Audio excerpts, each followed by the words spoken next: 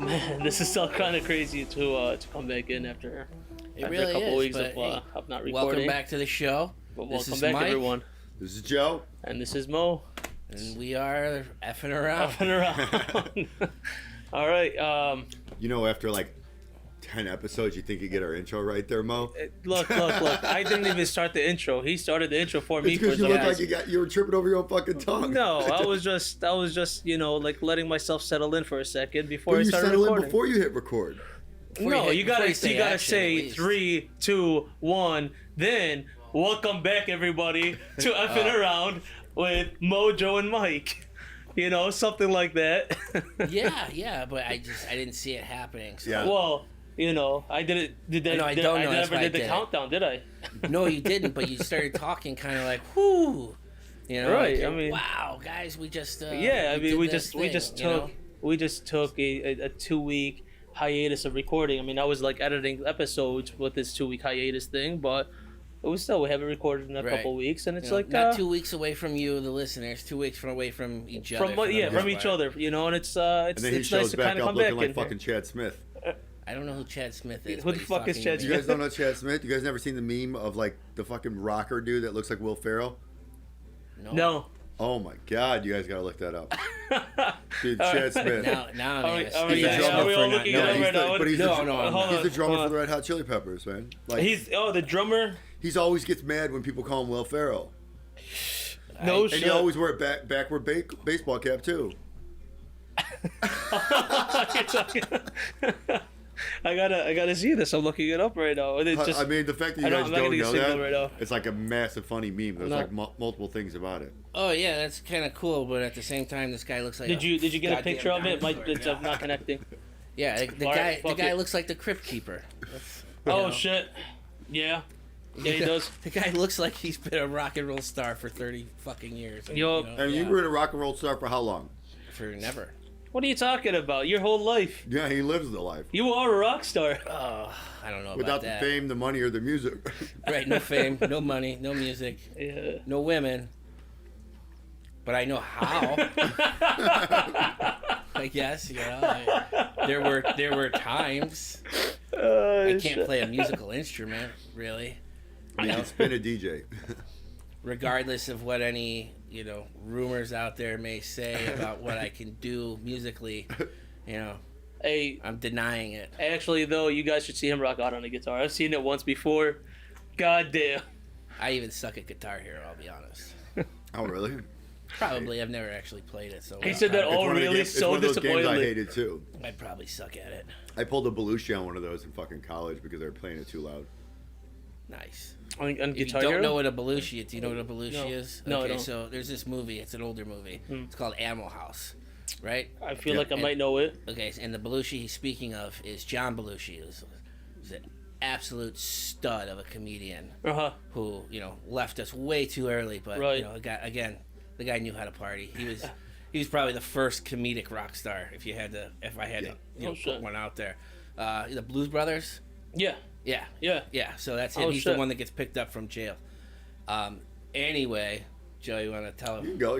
I like your storytelling here. You like my storytelling? That's Right. sweet. I was just, I was, what do you call it? I was babbling a little bit there because I did lose my train of thought for a second. Oh, so that's why you tried And- to pass it off? Really Yeah, I was trying to quickly? pass it off so I could remember exactly what we're... Oh, the Belushi. Oh, right. So, Yeah. Animal House. Yeah. They're having this massive party. It's a toga party, right? Uh-huh. And there's this guy, and anybody who's ever been to any college in a first world country probably seen some asshole playing an acoustic guitar at a party, right? So this guy's playing his guitar. And Hold on a he's got second. girls I just around him. realized why do Yeah. we have music on in the background? This is gonna be awful fucking editing. God Way to damn cut it. him off and be an asshole. You could have just shut it off while he was talking. Yeah, no Could've shit. Could have just done that. I asked you to turn it off earlier too. You did. You asked, and again, look, that's what happens sometimes. I lose focus. Copyright. I'm a ADD guy a little bit. You know, Yeah, I got the that's medicine what it and the prescription, so we're okay with that. Yeah. But anyway, the Belushi is this guy's playing his guitar, and there's a bunch of girls he's serenading him, I guess. Belushi walks down the stairs, see this guy playing the guitar, takes it, and just smashes it against the wall until nothing is left but the neck and some strings. No shit. Then he hands it back to the guy and walks away. And you did this to people So playing the Guitar point Hero? was, So- I was fucking drunk as hell, and I was trying to sleep, and I had an early morning, and a bunch of kids used to go out into like the center area, and they play Guitar Hero real fucking loud and scream and think they were fucking rock stars Where was this? in college. What college? I was up there visiting in Wisconsin. Wisconsin. Visiting out there, or like you were attending Partying it? up there like a mother. Partying up there, all right. But so I'm passed the fuck out. We just did some frat party shit. We had shit to do in the morning. I came out of the room and just beat the fuck out of a guitar God damn. because they were playing that Guitar Hero and thought they were playing actual guitars. And I'm guessing they sucked at it so bad that No, I just didn't like the fact they were screaming and yelling. I thought they were playing like rock stars, so I thought if I broke the guitar, they'd stop playing. What the fuck? did it work. It definitely did work. And nobody wanted to say anything to me either. They just kind of looked at me like, what the fuck just happened? Right. So let me ask you a follow up question to that. Is this before or after the Marines? After. Yeah. So if you don't know Joe well, Joe looked like exactly the kind of jarhead that you would be scared of if you were on the other side. He looked like a meathead Marine guy. I wouldn't say meathead. Not meathead? I would never say something like that about, our beautiful, amazing Spartan-esque Marines out there. No, but seriously, of all the branches, those guys are fucking tough. Yeah. So, I wouldn't, if I were. So Joe didn't go right to college from high school, right, Joe? No, I went to college. You He did. went right in. I went to college, then I went, and then I came back to college. Okay, Oh, shit, so okay. in that educational hiatus there, dude changed, right? And not in like a bad way or anything. I'm just saying, now there's 18, 19-year-old kids playing. How old were you? I was 20 something. Right, you're like, you were what, 25, let's say, When you went back to college, No, I or was younger than that. I was closer to like 22. 22. is that are you talking about when he went back to college, or when he was Yeah, Right, so when- he was in college. And it was a freshman, 18-year-old. Right.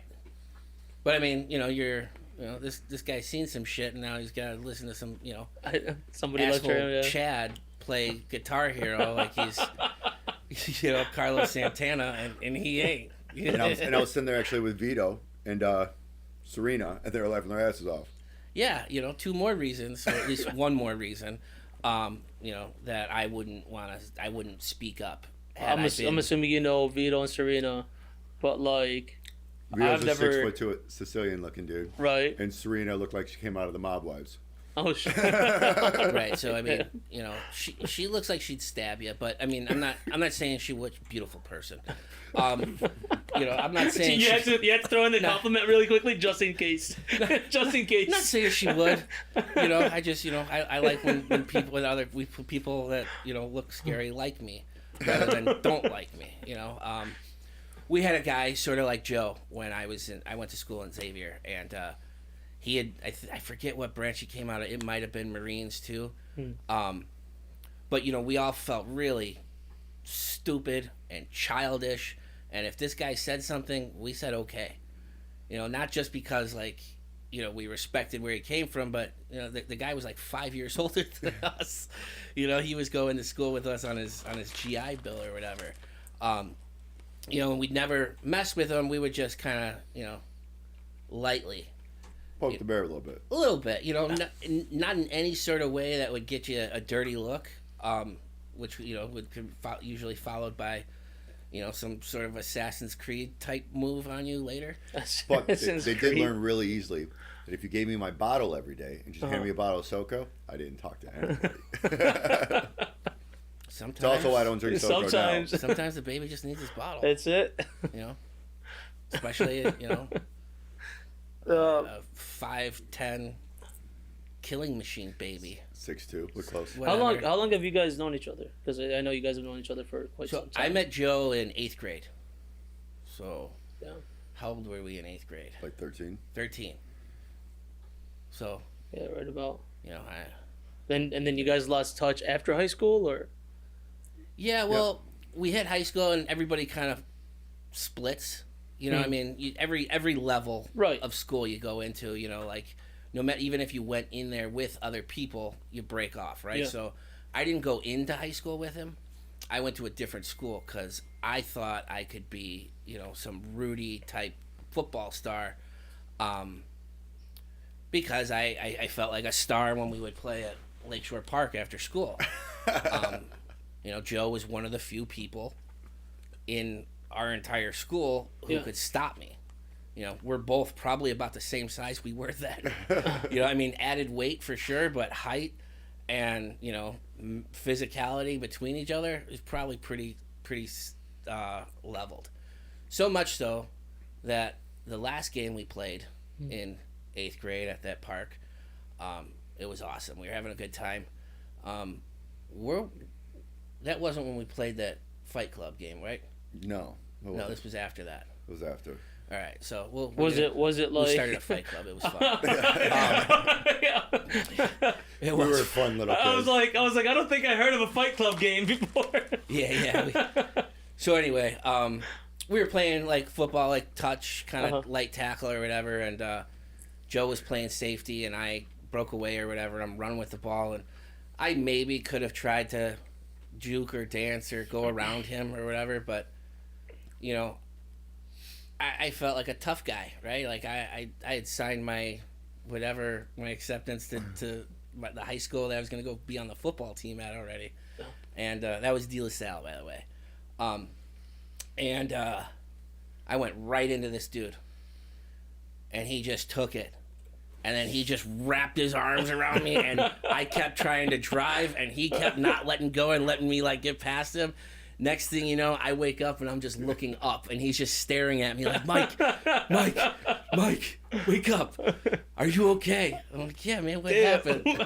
Like then you know, like other people had come over. I don't know how. I mean, I might have been out. I don't know how long was I out? 30 seconds. Yeah, You know, they said it wasn't long, but it was long enough for them to get worried. Yeah. That I, you know, was unconscious. Right. Yeah. So that was probably the first concussion I ever had. Got it.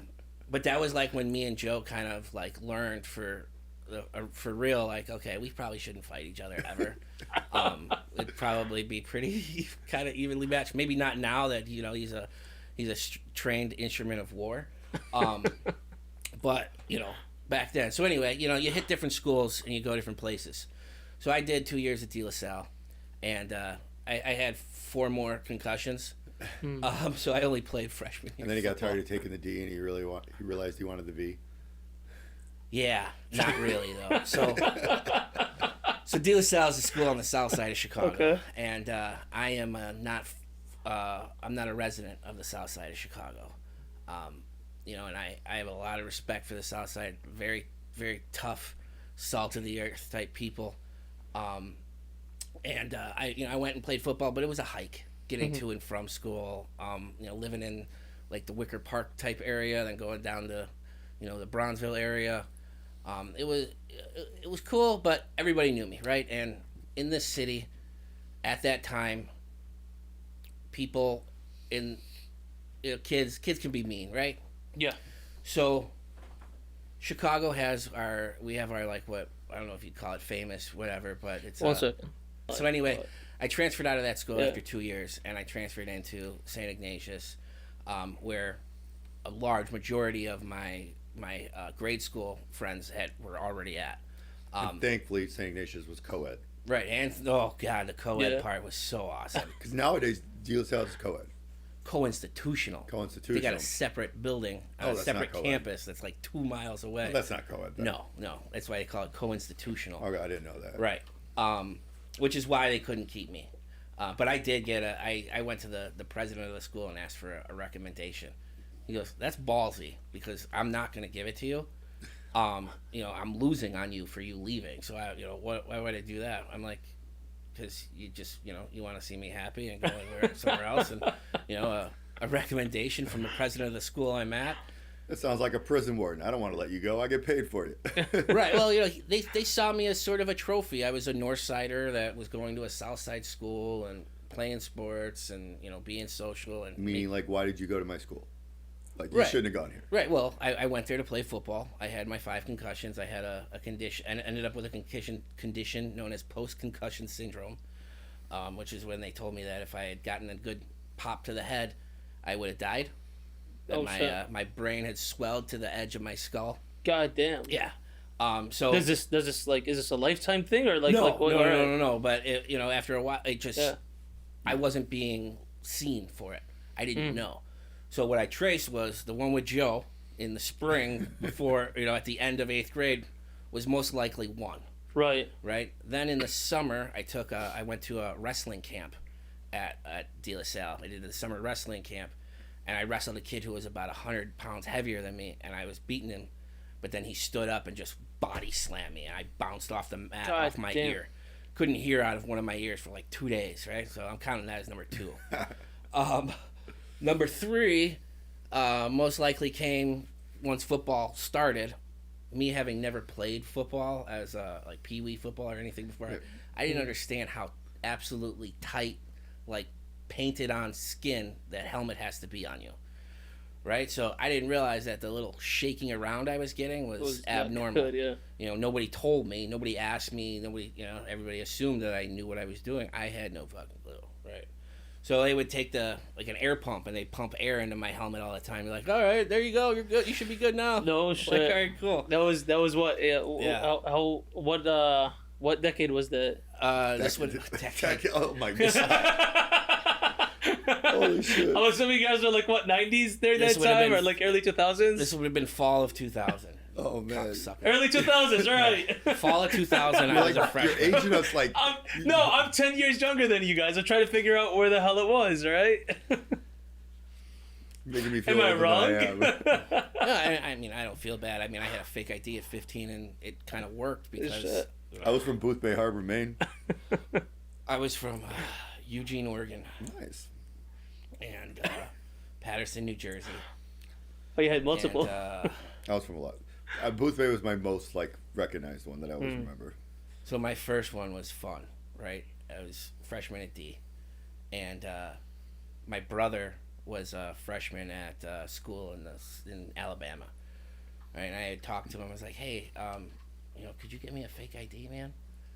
He's like, "Yeah, sure. Let me talk to some key people at school." And he's like, "Yeah."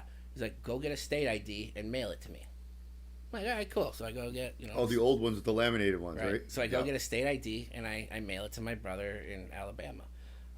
He sends it back to me, and I'm looking at it. I'm like, this is pretty cool. Basically, what the dude did was he printed out a sticker and just put it over my actual ID, right?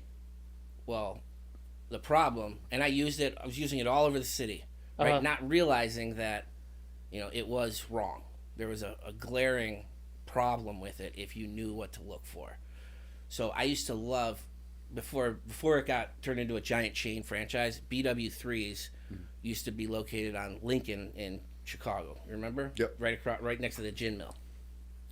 Me and my oldest brother and we used to love going there, getting wings on their like wing days, but also if we played softball at a local park, we'd go there after, get beer, get some wings, take off. Well, at this time in history, my brother was doing a year in Spain for school, right? And he and I had talked on the phone recently, and he was like, "Oh man, Mike," he's like, "I'm really missing those BW3, like spicy garlic wings, yeah." I'm like, "Yeah, you know what, man? It's Tuesday. I'm going. Have fun in whatever tapas or That was back whatever." when it was, 9 cents a wing or something like that? What was it? It might have been like 15, 20 or or something. 19 cent wings? I remember it kept It kept going up, and then they did drumsticks, and those were like 50 cents. Yeah. They had that. That's thing. crazy. But The so I fucking made my wings order, are like right? I called in $1.50 right now. I call in my order, right? I go to pick it up. It's pouring rain outside. Right. I double park outside. I go in. The guy's like, "ID, bro?" I'm like, "Yeah, sure." Show him. He looks up, takes one glance at my ID. "Have a good night." Puts it in his pocket. My heart sank. I was like, "What the fuck?" Like, I'm like, come on, I'm trying to talk to the guy. I'm like, dude, I'm not even coming to drink. I'm just coming to get. Right, the wings. I'm just trying to get in to pick up an order. After whatever time you got to be, 21, blah blah. I'm like, come on, like they already made it. Like, now you're hurting the business or whatever. So, somebody who was outside coming in was like, I'll go grab your order for you. And I tried to get the guy to, hey, can you give me the ID back? He's like, no way, man. Yeah. He goes, we get a bounty for these. We get it was like $50 at the time. He got $50 per fake ID or per ID he pulled off the street. No shit. Yeah. So that was they were rough. driving him unless you gave him like. But that one particular never came back around to bite me in the ass. When they could have just peeled the sticker and came right back to bite you. Right. Well, no, it had the only.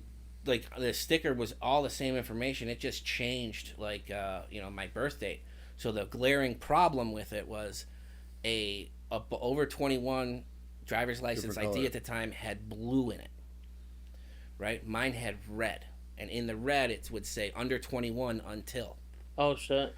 So that was gone, but the red color was still there, and the hologram in the middle was also the same kind of. It had a red tint versus a blue tint to it when you did it. So all he did was do this, and he saw the red and put it right in his pocket, and he's like, "That's it, you're done." Damn. There was nothing I could do. If you gave him $60, he probably would have given it back. I didn't have that on me. The wings were cheap back then, man. Nowadays, it was $50 that you probably could have done it because it would cost you $50 for the meal. Yeah, I was a 16-year-old high school kid. But that was my first fake ID. I had a few. Anybody else got their first fake ID story? I've never had a fake ID. I was a good kid, all right? I've never needed any of How'd that. you end up here with us? Shit. Because then at some point I became a bad kid. I just You're never. still a kid It was after my my fake ID time periods, right? But He waited. I've had tons of them. Yeah, he waited till it was illegal to get in trouble. When I turned 21 for my 21st birthday, my mom gave me this stack of the IDs that I thought I lost over the years, like in a rubber bin. Nice. It was like a couple inches tall. I'm like, what the fuck? Like, because I can't tell you how many times I woke Karen's up. a savage. It was like, I can't tell you how many times I woke up looking for my ID and I thought I left it at the bar and I lost it. So I had to keep ordering new ones and then they never show up or I'd never get there. And she'd pull it from the mail or get it from the mail. And then like I'd have to keep getting other ones sent. So if she caught the mail before me, she felt it. Be like, oh, this is a fake ID. all right, let's just 1 minute. So if you're just trying to figure out what's going on and we're cutting or whatever, I don't know what we're gonna do with this in the end. But I'm gonna. Mo had a guest here, and here's the thing: the guest has been here before, Yes. right? And he's sat here before, and he's seen us do our thing, and we had no problems with him before. So Well, except for he called you ugly. Yeah. that was after or before. Yeah. that was off. Now everybody knows this. That was off the record, I guess, before that. But I mean, it doesn't take much. You're not ugly, Mike. You're a beautiful man. on Alright. the inside. On the outside too.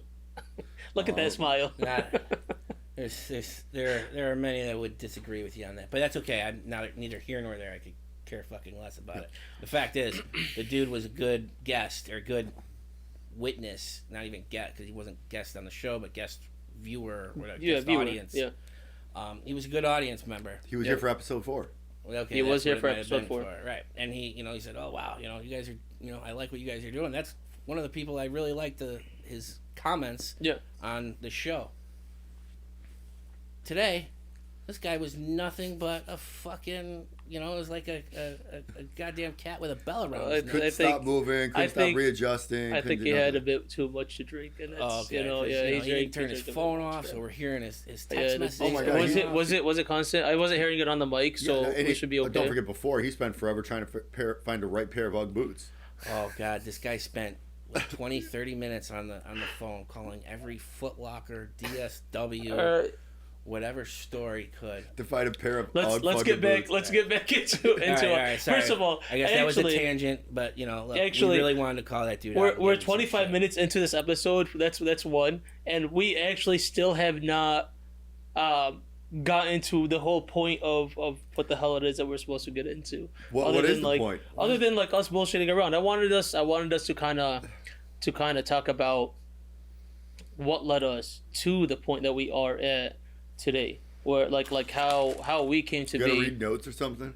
Huh? Like, No, it just I mean, I'm just saying, like, I mean, like, Okay, so I'm not gonna cut you down for this, for trying to snap the whip on Joe and I over here, but it seemed like we were getting there.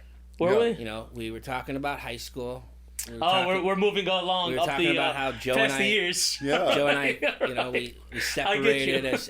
as physically, not necessarily as friends. We saw each other in the hallway. We were cool. He had parties. I was allowed over. I had parties. I didn't allow him in once, and I felt really, really fucking bad about it. Damn. Why? Wait. Why didn't you let him in? I don't remember this at all. This is Uh-huh. this is from Joe, and I'm just trusting that it's true because I've never known him to be a dishonest person. Now I have turned people away from house parties I had in high school. Usually if I didn't know somebody, I wasn't real. You came with somebody I knew, I kind I'll of let be you okay. in. Yeah. Joe showed up with 9 guys and 0 girls. Oh yeah, no, you're out the door.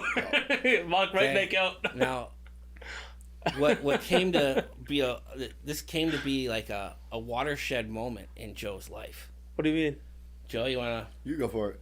Okay, well, I don't remember exactly what he told me, but That's why I was gonna say you go for it. So how is he gonna tell us? him reminiscing about it. Well, he was kind of like, I wasn't like, fuck you, Mike Gillette, we're friends over this. Like, I kind of got it, but at the same time, I realized I couldn't rely on other people to make sure that I, like, had fun.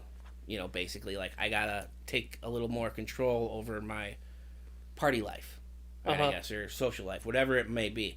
Because I don't even know if I was at Ignatius or De La don't Salle at the remember time, because I started throwing parties freshman year, Yeah. right out of the gate. Because I, friend, and most of the people at my parties were people from Ignatius or other schools, north of Roosevelt Road. That's the kind of line that divides north and south here in Chicago a little bit.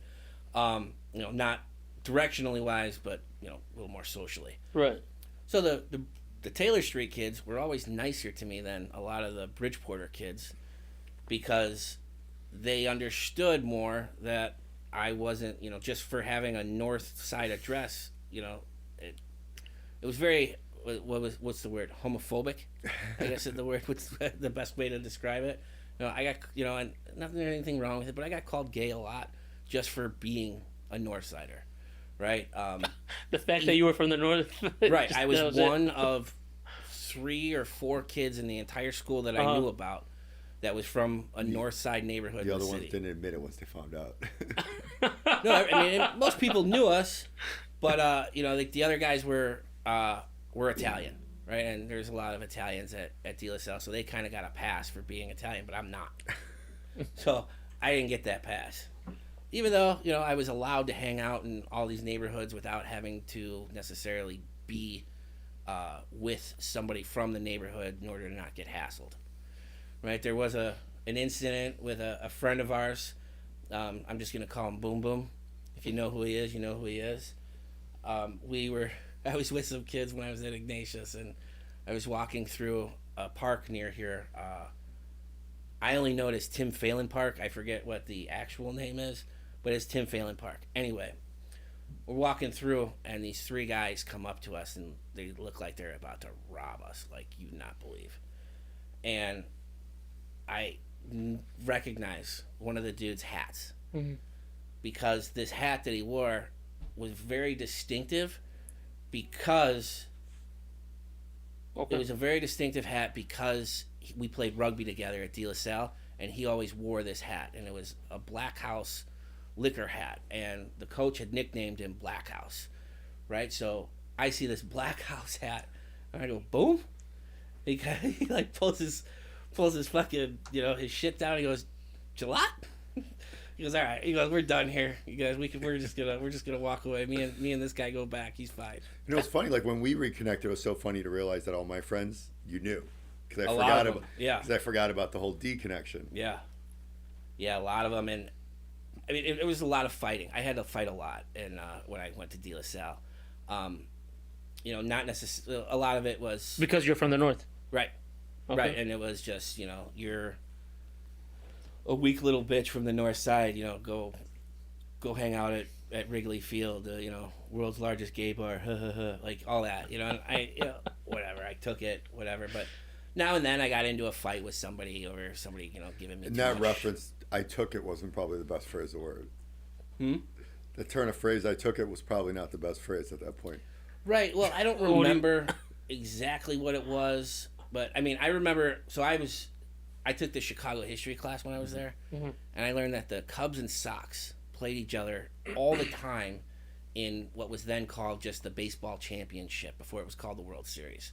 That same year, New York had their Subway World Series where the Mets and the Yankees were playing.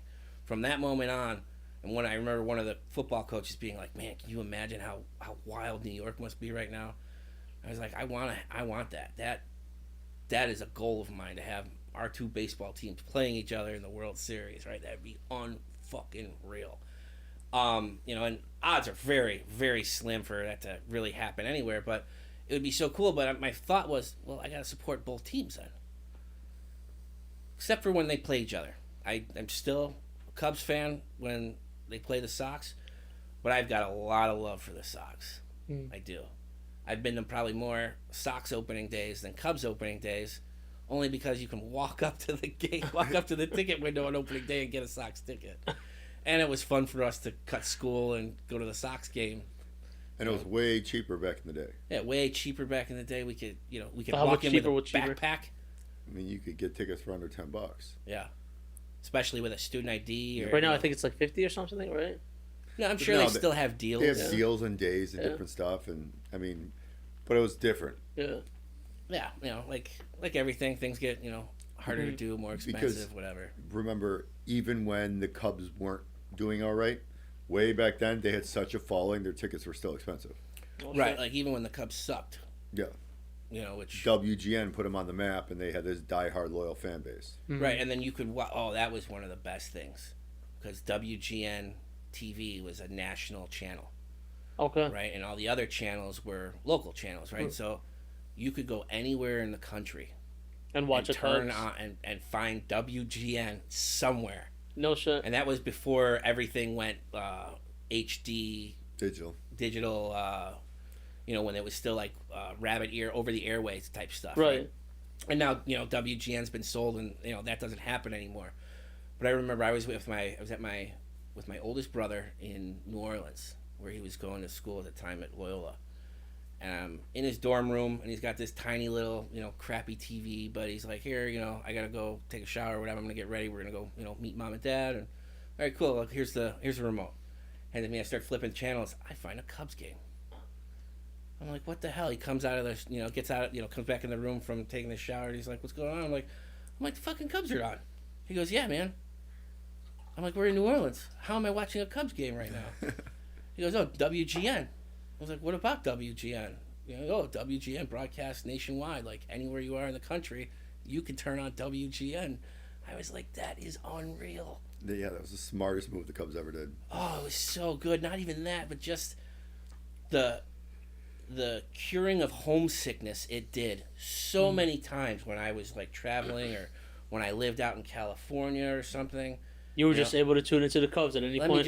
Let me turn on, you think about what time it is, because there are the time change or time zones, but the best remedy to my homesickness was watching the WGN 9 o'clock news at like 11 o'clock in LA. That was like such a treat for me. I remember I got a bartender to turn it on at a bar once. Cause I lived out there for about a year. Yeah, good stuff. But anyway, we went to college, went different ways. What did you do? What did you do when I'm sitting here fucking going on? Well, we already kind of touched my thing when we were talking about the hitting the guitar. That's why we went to you after.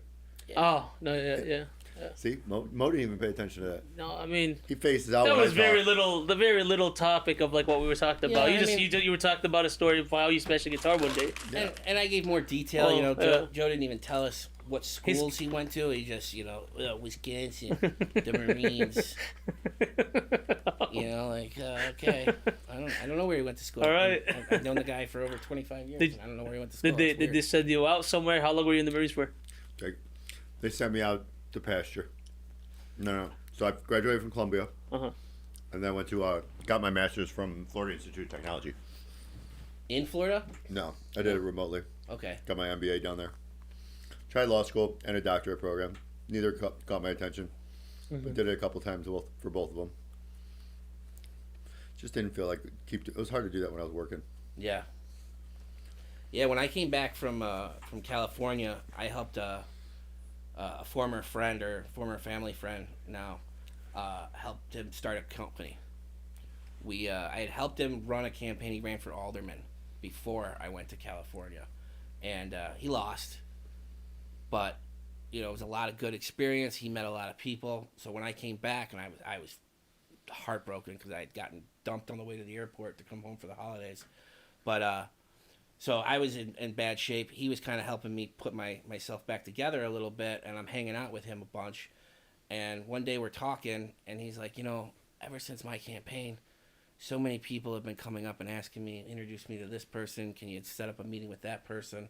Then I do it, 'cause I'm a cool guy, I'm friendly, and, it's got to come back around to help me out some way. He goes, but I was thinking, man, he goes, we should start a company and charge each of these people, $2,500, $5,000 a month for me to make these connections. Mm-hmm. I'm like, yeah, I was in grad school at the time, going to school mostly at night.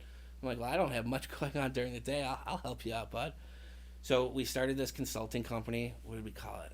Metis Strategies. Metis was the Greek god of puzzles or something like that. So we did this. We had a pretty cool design created by a friend of mine from school. Midas? Metis. Metis. METIS. METIS. Yeah. Okay. Metis. And we call it Metis Consultant. And then we got hooked up with, we got introduced to these guys who wanted some help, some consulting help, obviously.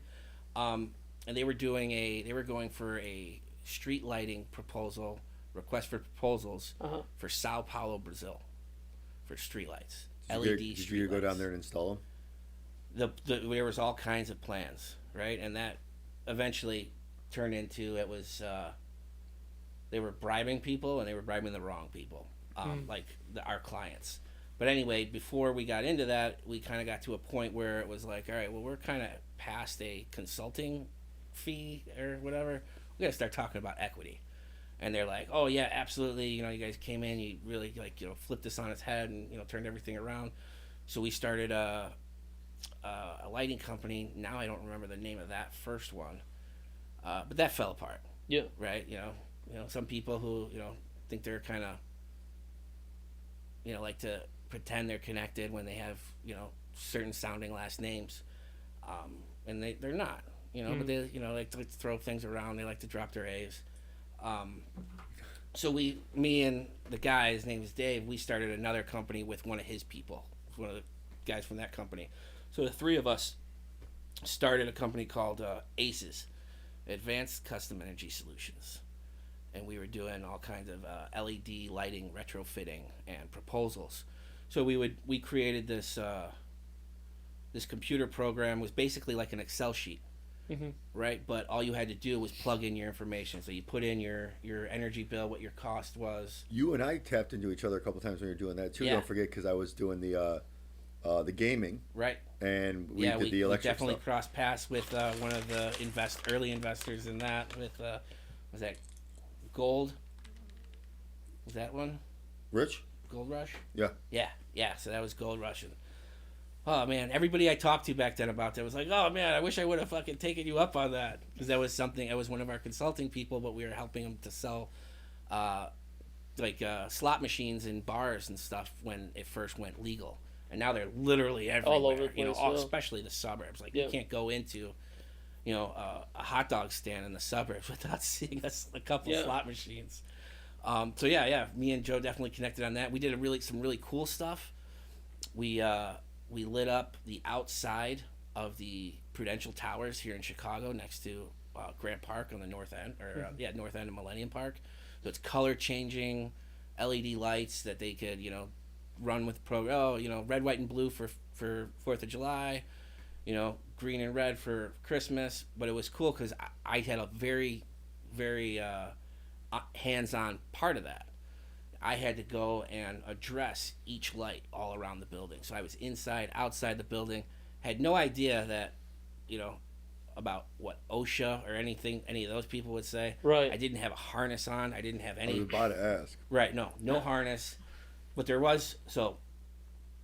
is an interesting story about that.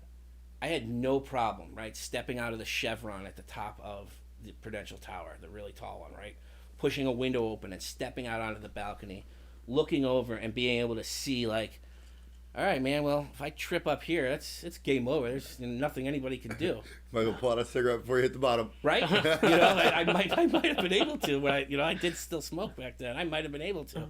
But yeah, like it didn't really scare me that much. I'm like, all right, so I guess I'm not afraid of heights. I could do this, whatever. So I'm going around doing these lights or whatever, following the print that we had to tell me what the address is of each light and where it is. Some of the lights were inside the building, some were outside. So there's this little area. So at the tops of all these buildings, right, there's basically a train track that goes around every skyscraper. Mm-hmm. Garage doors open up, train comes out, it's the window washer, right? So they kind of come out, they roll this track around the top of the building and then drop it from the top, and then that's how they wash the windows. I had to go out on a iron beam, like an I-beam. It was maybe from me to the light was where Joe is, and I'm here. Between us is just the I-beam, and underneath it is 30 feet underneath it is this train track, right? Maybe less than 30 feet. So I get out there, and I'm sweating bullets looking at this thing. And a guy with me, he's like, what's the problem, man? He's like, you've been doing, throwing ladders up on this building left and right. I'm like, yeah. But before, if I fell, I knew I was going to die, and there's nothing I could do about it. Right now, I'm looking at, if I fall, chances are I'm going to live, and it's going to really suck. So, yeah. So, that dude's name was also Mike. That was Mike Gunther. He was a really cool guy. He worked with us for a while. So, he's like, all right, man. He goes, well, I'm going to step on this side. So, what I had was a wooden plank that was 6 feet long and about 12 feet wide and maybe 2 inches thick, right? So it was a good hefty piece of plank, but there's nothing for me to really hold on to. Like, I gotta walk out there. There was a little I-beam, like a little thing above me. That's something that would have supported me if I held on to it, if I fell, like, right. But enough that it was like I could kind of keep my balance by kind of, if I had to, put my hand on that thing. So I did. It took me 20 or 30 minutes to get out there, put my hand on this light, change the address, confirm that the address was right, and go back. After that, I went to our project manager. I'm like, I am not doing this. I was like, what? He goes, the installers had no problems whatsoever. I'm like, they did something. They did something else. I don't care who they are. I don't care how long they've been doing this. There is no way, and excuse my language here, but I said there is no way 2 fat fucking electricians did what I did 30 times just now. No fucking way. Call them up. Find out how they did this, right? Because we're sitting here trying to push this plank and catch the lip of another I-beam, right? So what the hell? Like, I felt like how this did thing could wobble and I'm gonna fall. So he's like, well, we can't get a hold of them. They're on vacation. Of course they are. But we have a harness you could wear. You want to put on the harness?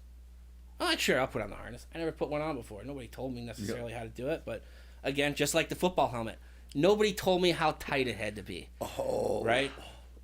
So I get the job done, whatever. I'm so easy. I hook on above, walk out there. I'm feeling like I'm fine, safe.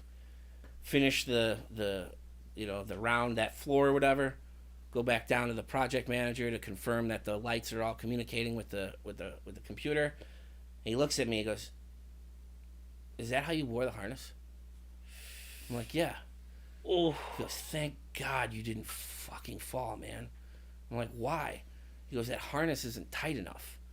He goes, "If you fell, you probably would have busted one of your testicles and passed out." oh, Because the no, thing like fuck. wraps around your Yeah, thighs, it's supposed it to be like wraps skin- around your waist. Yeah, it's right. like rock, like skin tight rock. Right. Again, didn't know.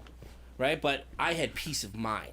Right? So I felt Oh, you like... just you walked on that thing as if like no I- care in the I- world. I felt like one of the flying Melindas all of a sudden, you know, like fucking set up a beam to the next building, I'll walk it, you know, like man. I was ready, right? And he goes, so he tells me, now I'm getting information about the harness, how it works, what happens. So these harnesses, they have about 10 feet of rope built into them, like sort of like seatbelt type rope, right? So, and it's all built into like the case, like you don't see it. Right. Well, I thought, okay, if I fall, this thing just a little bit. I'm hanging here, right? Like, he's like, no, it's pressure, yes, but when a certain amount of pressure hits it, like somebody falling, or like when you're in a car and you hit the brakes and the seatbelt locks, it's sort of that kind of a situation where then it just unravels, right? And you're gonna fall 10 feet. And then we got to call the fire department to come get you out. because somebody needs a 30-foot ladder because you're hanging out in the middle of an I-beam over the window washing tracks. Yeah, I remember but before me, I remember going outside in front of the building. I smoked a cigarette. I called this girl that I was dating at the time, and just basically told her, "Hey, if you don't hear from me, yada yada." She's like, "What's wrong?" I was like, "I'm just doing something really dangerous at work, and I just wanted to make sure I said some shit before anything happened." And thankfully nothing happened, and I lost the phone that I had taken. I took a selfie and sent it to her. I looked like I had seen a ghost. No shit. And this is before. This is after I'd done the first one. Do you still have that photo at all or no? No, well, it's It's gone? on. I still have the phones. Uh I don't turn those in, but I can't get them to turn on. huh. So maybe I could bring them over here. We could try Get it and see fixed if we up or could something. do something. It could There's just. other stuff on those phones he wants too. Oh, I'm sure there is. Those were my rock Some star day phones. some That's sexy exactly Mike, where I was going some to. sexy Mike poses. No, not sexy Mike. Sexy everybody but Mike. Yeah, sexy. Hey, Sexy I know Magic Mike was based off of this mic right here. Oh, magic, yes. I not very smooth when it comes to dancing, though. I wouldn't say. I used to say I had what's it called, white Titus. White Titus. You not heard of it? No. It's a genetic disease Uh-huh. that limits your ability to dance. How does it limit your ability to dance? Show you- Wait, show you am I stupid right now? Yeah, very. Yeah, am I? Yeah, All right, right, I'm being right. stupid. right over Mo's head. Right Joe, over, yeah. help I him don't out, know. Joe. Fuck. He's fucking white. Oh! It clicked with me right before you said it. It clicked with me right before you said it. You hear it? Yeah, I hear it. White Titus. Yeah. Oh, it clicked with me first. It took me a minute. How much you want to bet he cuts this whole section out? I am. No, I bet he doesn't. No, I'm not. You like, I know. just come on. He's got, I'm sitting here like, I'm looking over there, Chandi in the background, and Chandi's like dying. He's Like, laughing. he's laughing his ass like he doesn't get it. Like, right. He's like, what? Maybe he didn't say it right. Maybe I just heard it wrong. All those It took me a minute. itises. There's a lot of itises out There's there. a lot I of don't know. It's good to be back. It is. Yeah, man. It's So good I mean, being, it was like- cool. We did that thing, and I even went out afterwards. I'm on the radio with the guy. I'm like, all right, give me different. I'm telling him different holidays. I'm out by Buckingham Fountain on the radio, right? And he's, in the room, and I'm telling him what's working, what's not. All of a sudden, I notice people around me start paying attention. That as I'm talking, the lights on that building 500 yards away start changing. Oh shit. So that was cool. So then I started asking people. I'm like, all right, what colors do you want to see? So then I'd be like, all right. I'm like, show me purple and orange. You know, so it'd be purple, orange, purple, orange, purple, orange. Oh, that's cool. Yeah. Nice. Yeah. So, you know, but we were doing that to check to make sure that the lights were properly. And he also put that in the studio, so the lights here change now, but Mike can change it by hand. Yeah, so I kind of got into, you know, lighting as being in it, but I got to understand it a little bit more. Right. And so I change out incandescence and fluorescence with LEDs everywhere I can, anytime I can. And I'd like to do it in a fun way, too, sometimes. So here, we got these candelabras up here. Those all change colors. And then we got some lights down the hallway. Those change colors, too. And, you know, we got a bowl in the studio. It just keeps kicking shit over. You know, it's like having some asshole cat just keeps knocking picture frames over.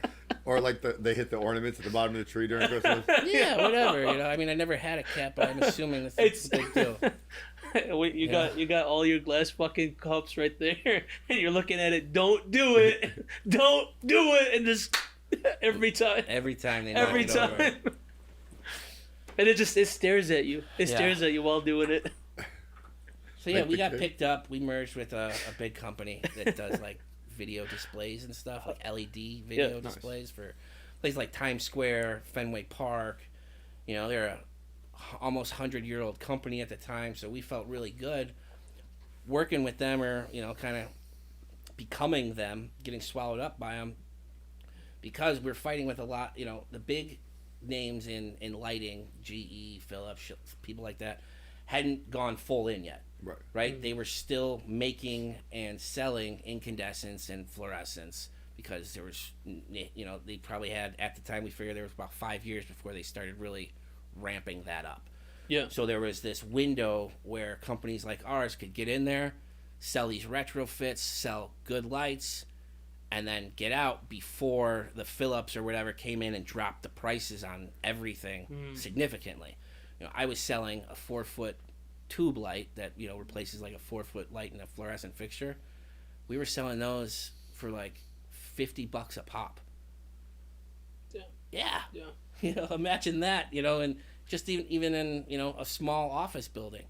You know, how many of those, you know, lights are in those recessed ceilings? Yeah. You know, or like the ones you have in your new apartment upstairs. Yeah. You know, things like that. So there's a lot of, you know, lots of talking to China and, you know, getting things, but lots of fly-by-night companies that were selling crap, and then, you know, it was cash grab. They were getting in, selling, and dissolving companies and getting out. So that became a problem for us trying to sell jobs, trying to get jobs. Because they saw you as a fly-by-night because you had no right, branding. We're brand new, right? Even though we had some cool jobs under our belt, we're still brand new. So how can you give me a 20-year warranty when you guys have only been around for a year or 2 years at that time? Right. So Translux instantly gave us that 95, at the time I think it was like 95-year cred. Like, hey, they've been around this long. They're going to be around another 5, 10, whatever warranty we're telling people that these lights were going to last.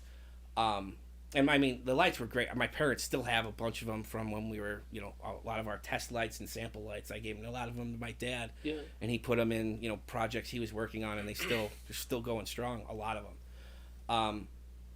So then I got picked up by that company, and I got moved around, promoted, and I moved to Des Moines, Iowa, got promoted 2 more times. And this is where it gets bad for me. This is where this is where Mike's life changes. So where Mike's life changes, we're gonna have to hold on to this one for like another episode, because we have like about a minute and a half before we close off right now, right? Wonderful. Yeah. So that's a good place to stop. This is a very good place to stop. Wait, hold on. Does that include all the stopping and going with Shandy? This is... Or no, because you kept the recording and going. The overage time in soccer. I mean, it was recording and going with like the Chandy thing. I mean, if I cut out a couple minutes, I would technically have 3 minutes. No, he doesn't have enough to do it in 3 minutes. Yeah, right. He didn't really do enough where like it's gonna take out a lot of fucking time. But I just know every time you cut it, there's all the stopping and going. What else do with it? Yeah. When all said and done, how long actually is my story? I get it. It's you got a 15-minute story, and the rest of it is just like chaos. Right. Yeah, for Shandy. It's just this guy's phone going off, and him ordering a pair of Uggs, fiddling with doorknobs, and acting like a cat and staring up at Mo. but I gotta go to the bathroom. I gotta take a phone call. Can I just go pee out front of the house? Like, No. You know how much noise that makes? You know, like this isn't. You know, we call this our studio, but you know, as you can see, if you ever see any of the video, if that ever gets edited enough, yeah, if our producer or editor or My director bad. actually did the work. yeah, Hey, I'm doing 3 jobs at once. That's you a lot. are, and Yep. you get a lot of credit for those 3 I know. jobs. I do too. I appreciate that. Yep. But Finished product would be nice too.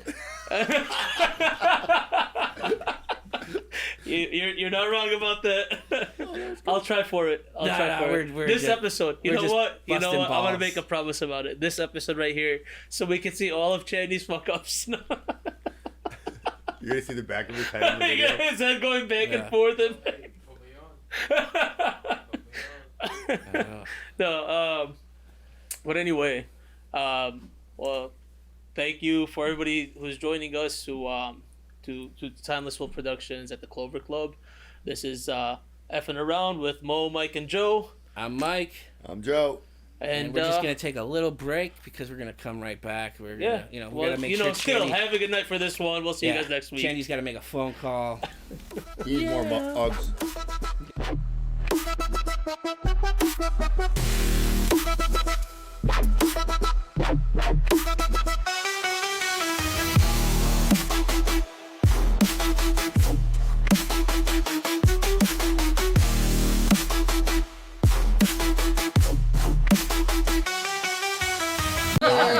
Sounds good.